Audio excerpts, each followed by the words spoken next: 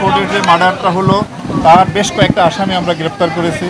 এবং আপনার গাজীপুরে যে সাংবাদিক হত্যার ঘটনাটা ঘটলো এবং এটা আমরাই প্রথম আসামিটি আমরাই গ্রেপ্তার করি এবং পরবর্তীতে পুলিশ এবং আমরা যৌথভাবে এই পর্যন্ত 8 জন আসামি গ্রেপ্তার মানে দ্বিতীয় আপনারা জানেন যে যে 8 টুকরা লাশ যেটা ফেলে রাখা হয়েছিল একেবারে ক্লুলেস একটা মার্ডার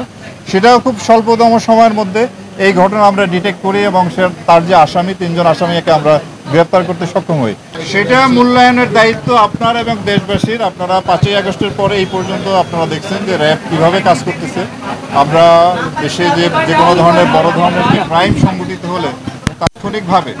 আমরা সেখানে যাই এবং কাজ করি। আপনার কক্সবাজার এলাকায় মাদক বিরোধী ব্যাপক আমাদের অভিযান চলতেছে এবং বিপুল সংখ্যক আমরা আপনার ইয়াবা উদ্ধার করেছি, অস্ত্র উদ্ধার করেছি। আমরা মনে করি যে দেশের সার্বিক আইন শৃঙ্খলা নিয়ন্ত্রণে রাখার জন্য,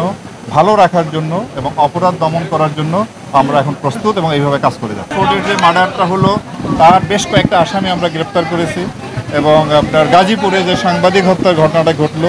এবং এটা আমরাই প্রথম আসামিটি আমরাই গ্রেপ্তার করি এবং পরবর্তীতে পুলিশ এবং আমরা যৌথভাবে এই পর্যন্ত 8 জন আসামি গ্রেপ্তার মানে দ্বিতীয় আপনারা জানেন যে 8 টুকরা লাশ যেটা ফেলে রাখা হয়েছিল একেবারে ক্লুলেস একটা মার্ডার সেটাও খুব স্বল্পতম সময়ের মধ্যে এই ঘটনা আমরা ডিটেক্ট করি এবং তার যে আসামি 3 জন আসামিকে আমরা গ্রেপ্তার করতে সক্ষম হই। আমি মনে করি যে দিন দিন পরিবেশ ভালো হবে এবং একটি সুষ্ঠু নির্বাচন করার জন্য যে পরিবেশ দরকার, যে পরিস্থিতি দরকার, আইন শৃঙ্খলা পরিস্থিতি যতটুকু নিয়ন্ত্রণে রাখা দরকার আমরা ইনশাআল্লাহ সেটি করতে সক্ষম হব। অস্ত্র উদ্ধার অভিযান আমাদের চলমান আছে। আমরা চেষ্টা করব আমাদের এই অভিযানটাকে আরও জোরদার করার জন্য এবং নির্বাচনের পূর্বে আমাদের যে লুণ্ঠিত অস্ত্রের যে যতটুকু বাকি আছে প্রচেষ্টা গ্রহণ করব। আপনাদেরকে বলবো যে আমরা আসলে প্রতিদিন প্রতিটা ঘন্টায় আমরা এই মুহূর্তে ব্যস্ত আছি আইন শৃঙ্খলা পরিস্থিতি নিয়ন্ত্রণে রাখবো, কীভাবে অপরাধ দমন করব, কিভাবে যারা সাধারণ মানুষ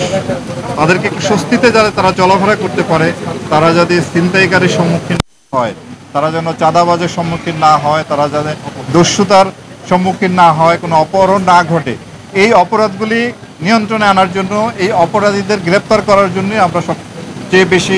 এই নিয়ে চিন্তাভাবনা করি, এই নিয়ে কাজ করি। সুতরাং র্যাব বিলুপ্তির বিষয়ে এটি বিলুপ্তি হবে কি হবে না কি হবে এই নিয়ে আসলে এই মুহূর্তে আমরা কোনো চিন্তা ভাবনা করতেছি না, এটা সরকার দেখবে।